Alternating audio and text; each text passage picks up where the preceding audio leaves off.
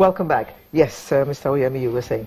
Yeah, well, the larger issue, which before we went off here, I was saying, is the total refinery capacity in the country is about 440 barrels per day.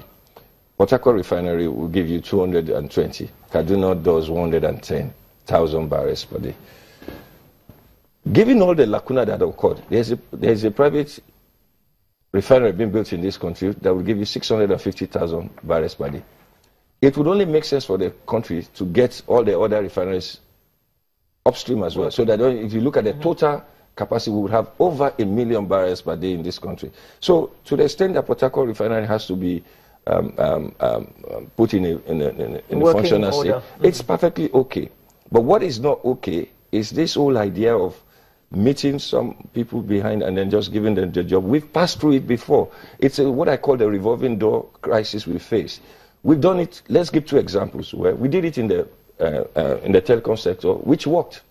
Today we may be talking about service quality or maybe rate, but we are not talking about the process or who they gave the job to. We don't have phone. But look at the second side where it did not work, the energy sector. A situation where Nigeria will not even have electricity long after this administration is gone. So if you take the positive one, someone like Ernest Ndukwe, who put the thing together today, nobody talks about him. Because he's not personal, he's just doing the job.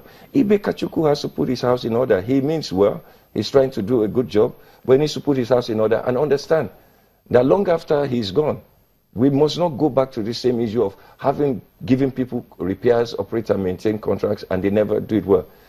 It could all be that if a competitive bid were put in place, Oando might still win it. The whole idea is that the signaling effect, when we do this privatization or concessioning, as it were, needs to be transparent and needs to be credible, so that we don't go back through this whole thing again and then start doing another probe next year and going forward. Let me just take a break. When you're talking about bids, around 2005, December 2005, the BP talked about some people that bidded for the contract to run the Harcourt Refinery, and Oando was also mentioned there. Oando, you talked about a Blue Star, that's Transcore. There's Refinery Petroplus. There is also SI Infrastructure and all of that. So now, that means there was a bidding process. Oh, that process was very credible. So what happened to that process? Oh, well, I told you, he went through a second stage where they even added new names to it. They became 8, and at the end of the day, they awarded the job. Hold on, I said according to BP, all the bidders, another administration. But according to the BP, all the bidders failed the technical bids. Yes, because there was a misunderstanding. Well, in this case, it's also fair because it wasn't just 1, 2, 3 persons who failed. All 4 of them failed it. And the explanation given by BP then, if I recall, was that there was a misinterpretation of some of the requirements. That was why all of them failed it. So they now went through a more elaborate thing in which they made it more explicit. And then they even invited more people to give it much more credibility.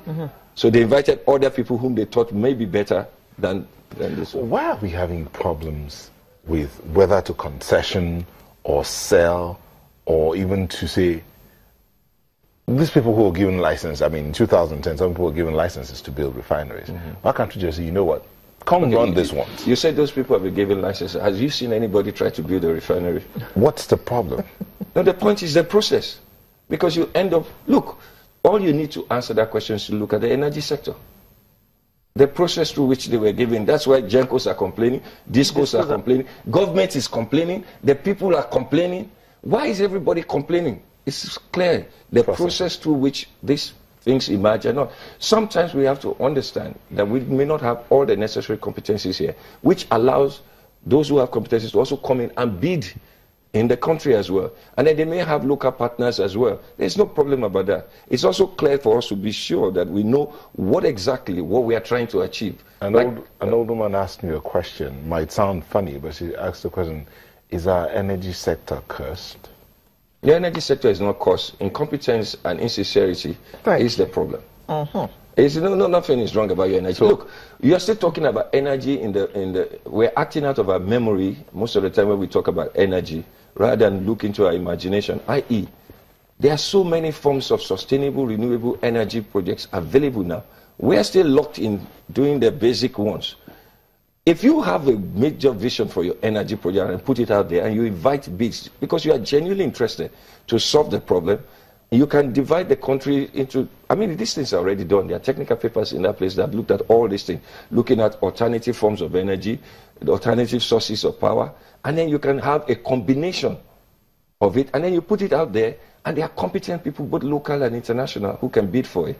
But when you find a situation whereby we always meet behind the call and say, oh, you, my friend, come in, you are connected, you're a politically relevant person, and then you give out the jobs, and then we have the problem in delivery. Without checking their competency. Yeah. It seems to the common man now that those who bought over pieces of NEPA, whatever name they're called these days, just do not have the competence. Look, let me give you another example. When they do get some of these funds, there are two major challenges. One, you find challenges in terms that they cannot get the funding that they need to actually execute those things. Secondly, you look at the models that they're giving may not be suitable to run the business. Maybe sometimes we just import a model without local peculiarities.